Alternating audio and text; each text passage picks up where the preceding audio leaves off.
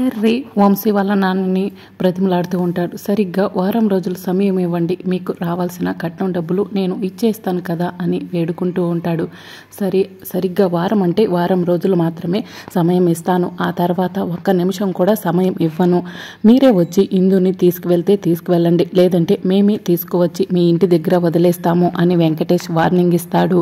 అబ్బా, వారం రోజులు సమయము, ఈ లోపల నేను తెచ్చిస్తానని చెప్పాను కదా, థ్యాంక్ యూ సో మచ్, వారం రోజులు సమయం ఇచ్చినందుకు. సరే నేను వెళ్తున్నాను ఇందు, వెళ్తున్నాను వంశీ అని చెర్రీ పరిగెత్తుకుంటూ బయటికి వస్తూ ఉంటాడు. ఈ చెర్రీ ఇంకా రాలేదేంటి, వీళ్ళకి నేను వార్నింగ్ ఇవ్వాల్సిందే అని గగన్ లోపలికి వస్తూ ఉంటే అయిపోయింది అంతా ఓకే అయిపోయింది అని చెర్రీ పరుగులు పెడుతూ చేయి చూపిస్తూ గగన్కి ఎదురుగా పరుగులు పెడుతూ వస్తూ ఉంటాడు.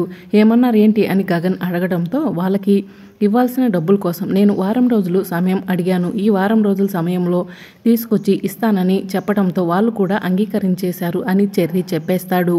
మరి వాళ్ళు డబ్బులు మనుషులుగా ఉన్నారే అని గగన్ అంటాడు. వాళ్ళు మరీ డబ్బులు మనుషుల్లా ఉన్నారే, డబ్బులు ఇచ్చిన తర్వాత అయినా కూడా ఇందుని సరిగ్గా చూసుకుంటారన్న నమ్మకం అయితే నాకు లేదు, ఉండు నేను మాట్లాడి వస్తాను అని గగన్ లోపలికి వెళ్తూ ఉంటే, అన్నయ్య నేను మాట్లాడేశాను కదా, వద్దు సోదరా, నువ్వు వెళ్ళి మాట్లాడావంటే ఫైట్ సీన్లో బ్యాక్గ్రౌండ్లో వస్తున్న సాంగ్ అలా ఉంటుంది కాబట్టి నేను మాట్లాడేశాను.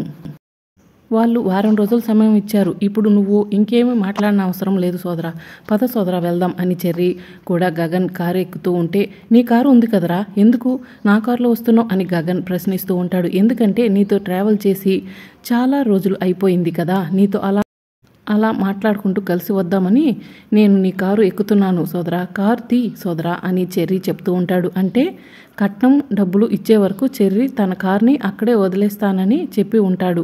ఇక్కడే ఏమో వారం రోజులు వాళ్ళు సమయం ఇచ్చారని గగన్కి అబద్ధం చెప్తూ ఉంటారు. మరి గగన్ ఈ విషయం తెలుస్తుందా అన్నది రానున్న ఎపిసోడ్లో తెలుసుకుందాం. ఛానల్ని సబ్స్క్రైబ్ చేసుకోండి.